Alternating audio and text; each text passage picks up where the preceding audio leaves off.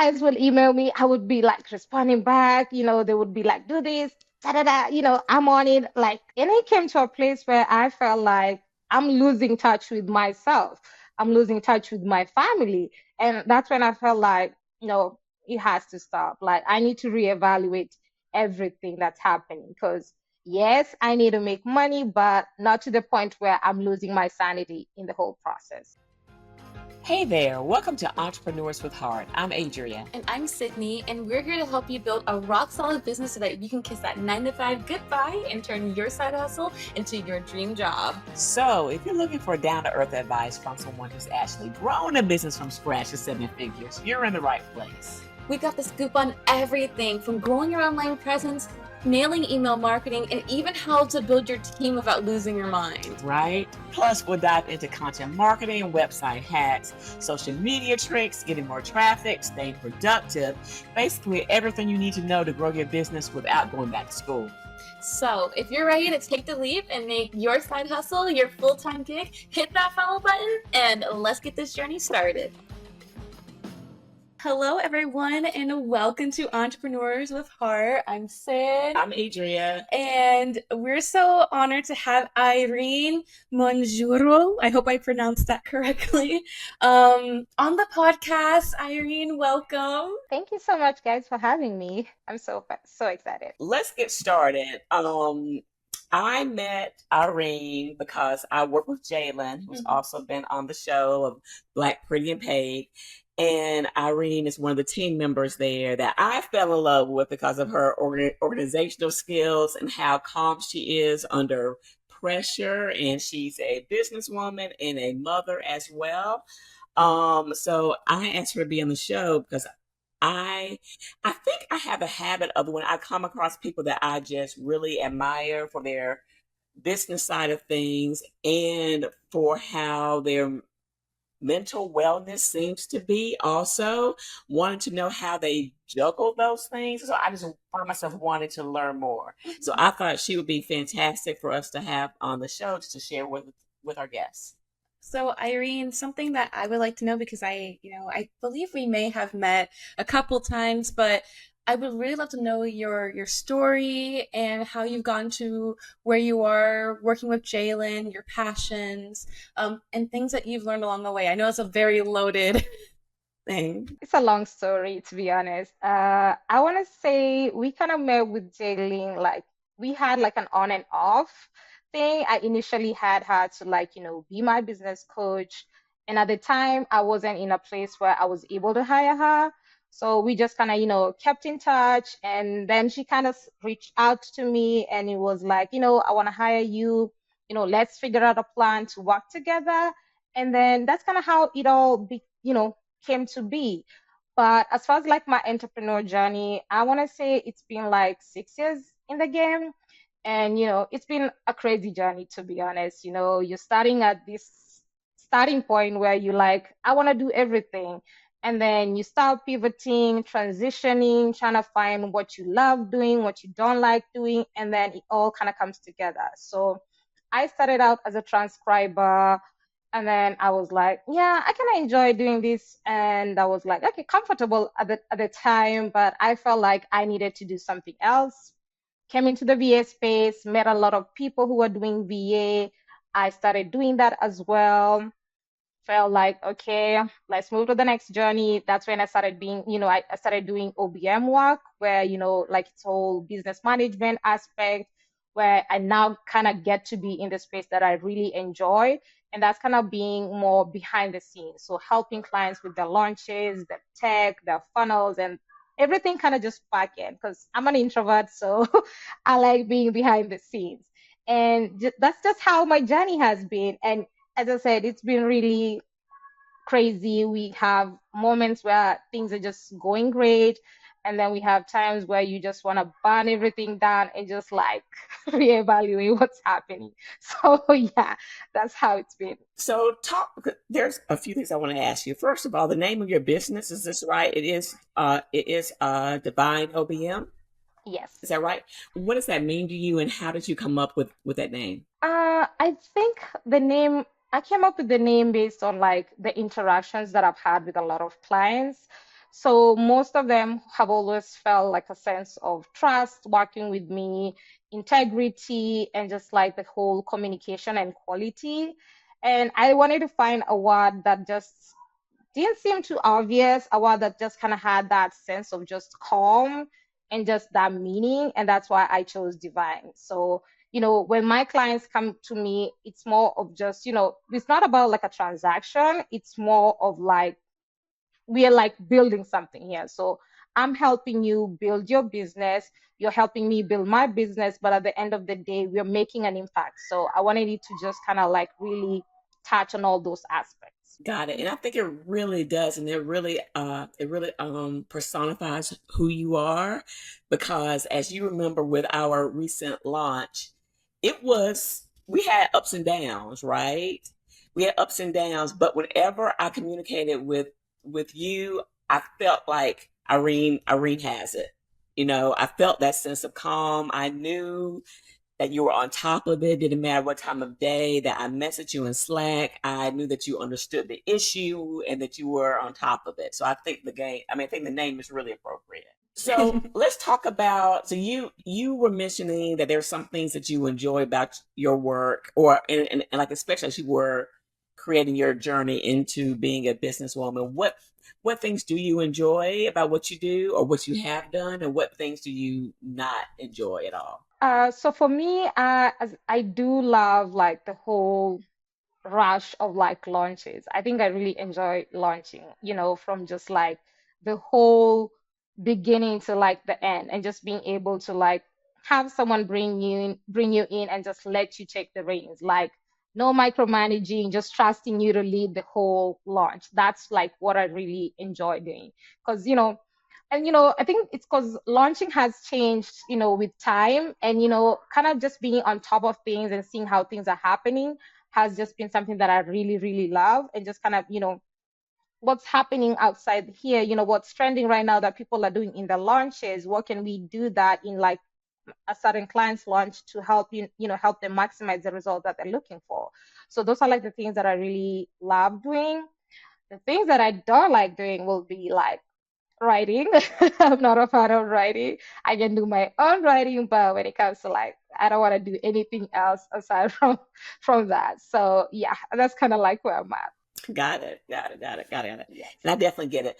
I wanted to ask you a question too. Uh-huh. Since you were in Kenya, I'm in the US, so I must imagine that you have some clients that are in the US, some clients that are in Kenya and in other parts of the world too. Is that fair? Yes. How do you navigate like because I would imagine that not only does each person have their own personality, but I'm sure each country kind of has their own personality also, of things that they expect, things that they don't expect. How do you navigate those things? So at first it was a bit of a challenge. One thing, I don't know, it's like a perception or something. So people assume like when you're in Africa, you're not really familiar with what's happening like outside of Africa. So I had to like really prove that to most of the clients, or maybe even most of the people that I kind of interact with, to kind of let them know, yeah, I'm in Africa, I'm in Kenya, but I do know what it is that I'm doing. So we kind of had to like really have those conversations around like, yeah, when you come to me as an expert. So you have to like listen to some things that I say, some things that you're not like really feeling them. We can discuss that and come to like an agreement. And so, at first it was a challenge, but now I think, it's gotten to a point where they trust my, expertise. And like, and because I do communicate a lot, I'm really open when it comes to communication. Like, if I don't know something, I'll tell you I don't know it, but I'm willing to like give it a shot and see how it goes. And, as far as like, having clients in different, countries, most of my clients are really in the US. And so at first we had this whole time difference issue where they would email me when I'm asleep. I would respond when they were asleep. So I came to, I just kind of adjusted my schedule to where I would work within the EST time zone, and then just kind of have them know that I work from this specific time to this specific time. So unless it's a launch or it's an emergency, I may or may not like, respond. So that's how it's been so far. Got it. And then on that note, I'm gonna let you talk. On that note too, because we hear your kids in the background, and I just love it so much. I love that you are juggling all the things. How is that being a mom and being a businesswoman with clients that are in a different time zone? How do you manage that? Honestly, like there's no manuals.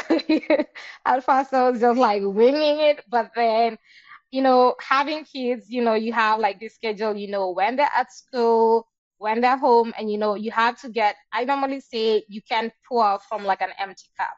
So I've come to a place where I have a schedule, so I know I have a time with my kids or my family. I have time for me specifically, and I have time for when I'm working. Like I normally like to listen to my body. Like I'm gonna tell you, like this week has been a beast. And I'm like, tomorrow I don't even think I'm gonna work. I'm just like gonna take the day off and just totally unplug because I can't do it. Like I don't wanna crash. Because when you're working from a space where you're too tired or just burned out, then it doesn't work. So having a really clear schedule and boundaries has been super, super helpful because boundaries is key. You may have a schedule, but then if you don't have boundaries, the schedule doesn't really matter. So I need you to help me then, because I think I need help setting my boundaries. How do you go about doing that? How do you communicate to your family and to your clients? How do you handle that? So what happens is, as I said, I'm clear on communication and I'm like, I speak from, a place of integrity. I always tell my clients, at the end of the day, yes, you've had me, but you have to understand that I'm a mom. My kids will always come first no matter what because life happens, one minute they're gonna be okay, the next minute they're coming down with the flu, or someone else has just, something happens. So you just have to understand that at the end of the day, aside from being a business owner, I'm a mom, you know, I'm a daughter.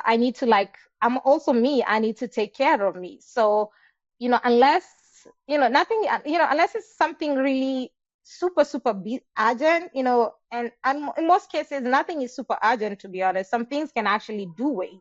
So I may or may not be responsive, but I will try my best to get it taken care of. So I always tell my clients that just know that at the end of the day, I'm a mom. My kids will always come first, but I will be there to support you any way you are. I love that.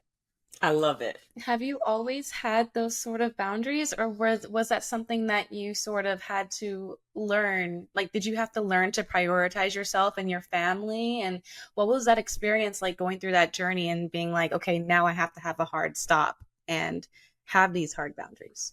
I'm glad you asked that because, yeah, it was tough because clients would email me. I would be like responding back. They would be like, do this, da da da. I'm on it. Like, and it came to a place where I felt like I'm losing touch with myself. I'm losing touch with my family.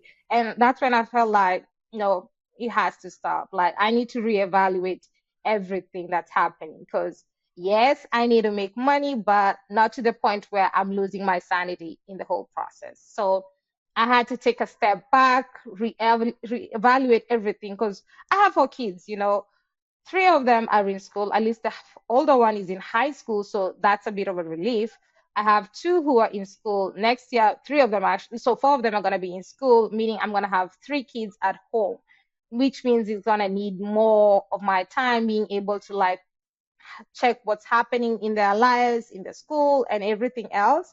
So I needed to set those boundaries ahead of that so that, I'm not like introducing something new to my clients. And, it started slow by slow. I kind of introduced something at first, see how that went, then added in something else, you know, review that. And then it just kind of came into process. So they know right now, Irene is probably not gonna work on this like during her out of office hours or when she's out of office, but she is gonna work on I think so another question I have. Well, I actually have a Go few. ahead. Go ahead. So one other question I have is I know that sometimes setting boundaries can kind of feel like knocking out people pleasing because it's so easy to want to make clients and other people happy. that. So the first time that you decided, okay, I'm gonna set these boundaries for myself, for my family, um, were you nervous about the reaction of your clients? And was it like a better outcome than you expected it to be? I'd say a bit of both. Most of my clients are either, I want to say, most of them are like, I think most of my clients don't really have kids. So some of them were not like really like, but they were like wise, or they had their own family, or maybe had older kids. So that's kind of like where my audience. So they either, I have one who actually has small kids, so she totally understands that. But most of them have like older kids who are like teenagers, and then some don't have any kids. So at first I was like, do I want to risk this and lose clients in the process, or should I just, continue doing this? But I just decided to just let me pull the plug and see how it goes, because, you're never gonna know how things are gonna turn out if you don't try. And to be honest, the response was great. Like they were like, yeah, I'm okay with that, because at the end of the day, they also understand, they may not have a kid, but they do understand that they're also business owners, so they do know how it kind of all works together. So it was really great that I actually, stepped out of that and just initiated those boundaries. Also, this one is kind of going back to when you were talking about knowing what you don't like to do, and delegating that work. I know that when like first starting a business, it's like I feel like we're all protective over our baby and over what we're building. So, what was your journey to being able to like ask for help and accept help? And how has that shifted your life? Yeah, so so what happened was, when I started, I think I was just doing it all alone, and I was doing everything at the time. Like I was like, doing email, social media, tech, and everything. And I kind of got to the point where I was super, super burned out, and I was like, no, I need help. And then I came across a lady in the Philippines, and I think we've been working with her for like a little over 3 years now. And she's the only person like I've been able to like fully trust with my business. Like she's super calm and easy like me, and we just kind of have this whole connection. And she has like everything, like she has my passwords and all of that, and I don't have to like stress about it, like because I know she, like we just have this amazing relationship, and she's been able to really help me like make more money, to be honest, because when I was doing everything alone, I wasn't able to serve as much clients as I wanted to, because you cannot take on too much. So I got burned out. I decided to bring her in, and we've been able to like just have that, create that amazing relationship. And what, like, aside from even just kind of being burned out, I had really terrible experiences where a client would come to me, I would just take on a project and it would end up being delayed, or the quality was just not great. And I ended up losing a lot of clients. And I was like, no, this is not the way to go. I just need to be able to just bring in someone who I can trust and just allow them to be me, because there's no way you can grow if you still want to be in the back of of your business doing everything. You just need to get to a point where you allow other people to come in and help you. So that's when I decided to like reach out and get the help that, to help my business grow and get to the point where it is. How did you find her, especially that she is remote in a totally different country? How did you find her? I think I found her in a Facebook group. I'm sorry, I put up like a job opportunity in one group in Facebook, and she applied, and there was something about her work that just kind of pulled me in. And I don't even think we had like an interview where I like interviewed her. We just started on with a few projects. I loved how she worked, how she communicated, and just her level of integrity. And boom, everything just kind of fell into place. That's awesome. But it can be so hard to find good team members. I mean, it's hard for me even when you're working alongside someone in person. And so to be able to find someone like that who is in a completely different country, it's amazing. Someone you can really trust with your business, that treats your business like it's her own business. That's really awesome. Yeah, it almost feels like it was meant to be. Hmm. I feel like sometimes certain people are placed in our lives at a certain time. It's like, okay, here, like use me. And Yeah, then it just helps make your life better in some ways. right. I don't think it's a For coincidence. sure. She's super, super amazing. I don't know what I'm gonna do. She's about to go on maternity leave, so I'm super stressed. Oh wow. Oh yeah, there's something I want to ask you about. I love your quote. Let me pull it up. See, I don't know if you had a chance to look at it. Mm-mm. I love it. I'm so glad that we asked about quotes because Yeah. it's I love it so much. And so Irene's quote was, "Tough times never last, but tough people do." Oh, that's Yes. so good. I told you. That's a really great quote. I love that So, quote. like, Like it's been with me like my whole journey. So yes, I love it. Yeah. when did you like stumble across it? Was it like a family member who told you that, or like did you read it in a book? I came across it on social media at a point where I was like really struggling in my life, and it just kept me at ease, like knowing that I was gonna get through that and that dark tunnel that I was in, and I've Mhm. always stuck to it. Man, that's a beautiful one. Yeah, speaking of, I wanted to know with how far you've come in your journey, what is some advice that you would give to little Irene who's maybe going through it? I want to say don't be afraid to like try something new or just kind of go for what you really love doing. Like you're never gonna know what's on the other side if you don't go for that. Because like you just have to try and be open to it's either gonna work or it's not gonna work. Either way, you're gonna say you did try. And that's so easier said than done. There's so much fear in that.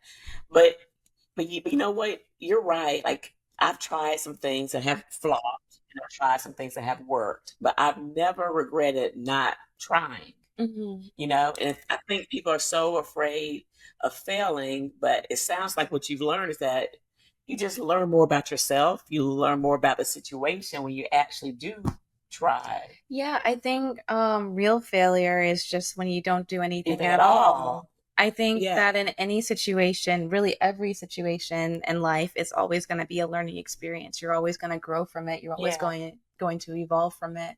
Um, Even when you were mentioning the earlier stages of your business where you're doing everything yourself and you realize, okay, this is how it's impacting clients, you Hmm. wouldn't have known unless you've experienced that. Yeah. But I also can understand from a devil's advocate perspective how easy it is to be comfortable and to stick to what you know because of the fear of change, the fear of people A watching failure. you and Yeah. failing, especially in the world of entrepreneurship when it can feel really lonely and it can feel like all eyes are on you if your business succeeds or certain things like that, right? Yeah. Yeah, you definitely have to try it. I remember when I was like spacing into like stepping into the OBM space. At first, I was like, I don't know if there are any OBMs in Africa. Like, am I gonna make it or not? But then I was like, I don't know. Let me see how it goes. Because whatever I do in that like space, it's something I may implement back here. So let me just try it out and see how it goes.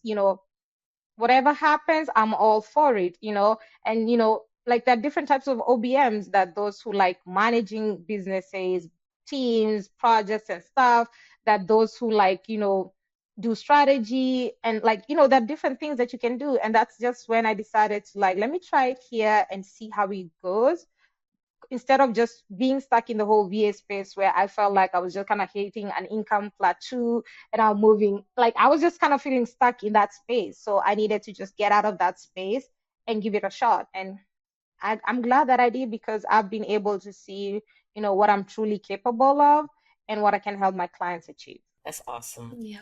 Talk to us about the DFY funnel. Mm-hmm. So that is my done for you like funnel build. So that kind of encompasses me working with you to just build out your funnel. So you may have an idea and you're trying to figure out like what we need to work on that. So I help you create the content for that. I partner with a copywriter to help write the copy pieces that need to go into the funnel. And then my team and we design the funnel and we build it out. We create the email automation and any automations that need to be done. And then we get ready to launch it. That is, yeah, yeah, that's awesome. Yeah, that's awesome. Is that something new that you are offering, or have you just tweaked it along the way? I wouldn't say it's new. It's an offer that I think I launched this year, and so far I've had 3 people sign up for that. And it's because I haven't been actively promoting it to be honest. So this was like I invited like a close clients that I worked with in the present and in the past who took up the offer. So it's a really amazing offer to be honest, because I feel like most people they have an idea that they're thinking of and they're not sure if it's something that's gonna work, and they just need someone who's gonna come in help them with the strategy to like really map it out and see what's gonna look like. And that's kind of where I come in with that. Got it. And so we help me break down a funnel, because when I think of a funnel, I think either like there's so many funnels, right? There's like a lead funnel. So my ads manager would say that when we create a lead on the ad side, and then we decide that we're going to send an email out, or like a drip campaign, that is a funnel. There are funnels on the social media side, and so when you say the done for you funnel, can that be a part of any channel at all, or does it help the channels work together, or what? How does that all come together? So I want to say the way like funnels are really like we have a lot of funnels to be honest. So we have like lead magnet, as you've said, we have lead magnets, we have webinars, masterclass, channel, challenges, summits, all of those are funnels. A funnel it really is not like it's just a way to how to capture leads. So you may be capturing leads through social media, you may be capturing leads through your website. That's a funnel. So the funnel is how you're capturing them and getting them into your system and into like your database. So you're able to get them in and not just kind of get them in where they're in and you're like nothing, you're not telling them anything, you're not saying anything. You want to build a relationship with them because based on where you're getting these leads, they may be people who know you, they may be new to they may be new to your audience or people who you've already interacted with. But you need to have that sort of like we tend to call it like a nurture sequence where you're kind of getting to like let them know more about you. You're creating that connection with them, just kind of getting them to like, this is who I am, this is what my brand does, and this is kind of how I can, help you and just kind of take them on that journey where they're now able to build that connection with you and your business. Got it. And so, like, I would come to you and say, "Hey, Irene, I had this new idea, but I'm not sure how to get this idea out to people." Then you would help me with a strategy on let's do it on social media, let's do it with ads, or let's do it with like a pop up on your website, and help me think about the best way to get people into my ecosystem. Is that what we're Yes. saying, basically? Yes. That is that is awesome. That is awesome because you're right. Like what I do as a business owner is I want to build the thing and then be like, well, I hope they find me, Yeah. I just have no idea how to get it out there. And that's not what I'm good at. And so to have somebody who can do the done for you funnel part of it, who I can just trust, especially if you're looking at the metrics and all that to see what's working and what's not working, that is awesome. Yes. And with funnels, most people assume that you just kind of build and forget about it. With a funnel, you need to be always just looking at what's happening, just looking at your analytics, your metric, seeing what's working, what's not working, and then tweaking. So we like to say we're optimizing. So you're optimizing your funnel. So if you're getting more page views and not many opt-in or conversions, you want to see like, is it the messaging? Is it maybe the page design? Or like what's happening over here? And then you're tweaking that to now see the results. So it's all about, building, but also making sure you're maintaining it so you can see what's working, what's not, and then optimizing that for better results. That's great. That's great. I think, is there anything else? We have knocked out everything. What I have one more question. What is it about a launch? Because you mentioned that one of the favorite parts of your job is helping somebody launch, and you kind of thrive off of the energy and the pressure there. What is it about launches that make you so excited and passionate? I guess it's the moving pieces. Like, with a launch, we have a lot of moving pieces, to be Don't honest. we know it? Don't we We know kind of it? like we break it down into like three phases. So you have the pre-launch, and then you have the launch, and then you have the post-launch. So the pre-phase is where we're now okay, if it's a new offer, you're doing some bit of market research. If it's an already offer that you've had in the pipeline, we're now just kind of like building out what's needed on there. So building the opt-in pages, the landing pages, the funnel that needs to go in there, the content pieces. And then the launch is now where we get into it. We start promoting. If you're having a webinar, if you're having a training, we start getting those numbers in. And then the post launch is now where you're debriefing, looking through like, okay, we're now getting into the numbers. So we had these opt-ins, we had these conversions, and like, what was the experience? What do we feel like we want to improve for our next launch? But in overall, what I love about launches is just the whole like moving pieces that kind of like make up a launch. It's so exciting to see what you and like a team can really do to make a launch great. Yeah. So out of those three parts, out of the pre-launch, the launch, and the post-launch, what is your favorite part? I think the pre-launch. Yeah, I you think think about planning. pre-launch to the actual launch because you're like, okay, I have this deadline in mind. I have to get all these things done. Yeah. I think like what you mentioned, Irene, it's like all these moving pieces. So you have so much to do and it's almost frantic but exciting because you're watching everything come together. And then when it's like the launch and everything's there, you're like, Yeah. I did that. You know what I mean? I think there's that sense of accomplishment there. And then also the panic if something's not right on the website and people are on there. Oh my goodness. But like, it's so exhilarating. It's It just like you're is. definitely running off of adrenaline and very little sleep, but there's just something about it. something about it. Something about creating something and putting something out there for the world, Yeah. Yeah. I think I love the post launch. So I love looking at the analytics and seeing things that worked and things that didn't work, and be like, okay, well, for the next launch, we're gonna try that. We're gonna do a 3-day sale, and we're going to do a pop up here and this. And so I really like trying to create the perfect launch, which will never happen, I'm sure, but it's a lot of fun looking at the data. Like, well, that I remember, Irene. Do you remember Sydney when I launched these candles? What? You launched some candles? You remember Maya?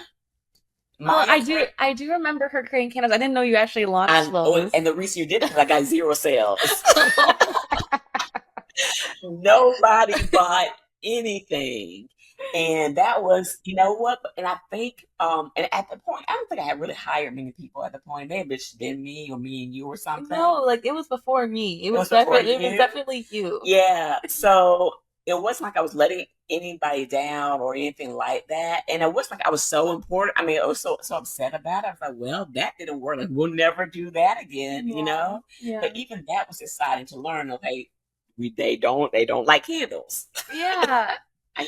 I think it's all about like having your own metrics of success, and I think with launches you can do that because despite no matter the outcome, like what you mentioned earlier, if you never do anything, you never learn anything. But with a launch, you're doing so many things, and there's so many things to learn, even if you don't receive orders or go viral or whatever. You know what I mean? It's always a point where you can learn more about yourself and your business. Yeah. Good stuff. All right, Irene. I think we're right. Do you have anything else? I guess not. But where can our viewers find you and your services? Yes. Yes, you can find me on my website, www.divineobm.com. And then you can find me on Facebook. I'm normally on Facebook. So my username is going to be Irene Fenty Morioki. That's what you're going to find me with on Facebook. And yeah, I'm super excited to see, connect with your audience over there and see what's popping on the street. I'm excited too, you guys. Irene is the absolute best. Your launch is in great hands with her, which is what you really need as a business owner, someone who can just take your baby and show it to the world. You don't even have to worry about it. That's really what it's all about. It's really cool because we're not like, again, like you mentioned, you dropped so many gems in this episode, but like we're not meant to do it all. And to have somebody there to almost hold our hand through it and know that we're in good hands, like you mentioned. It's a beautiful thing. Yeah. So thank you guys. Until next time, we are entrepreneurs with heart because we have them, and so do you. See you all next time. Thank you, Irene. Thank you for having me. Thank you for listening to Entrepreneurs with Heart. If you're watching on YouTube, drop a comment below and tell us what your takeaway was. Or if you're listening, take a screenshot and share it on social media with your takeaway. If you would like to leave us a review, head over to your favorite podcast app and give us a 5-star rating. This will help us reach more small business owners just like you, and your feedback helps others find our show.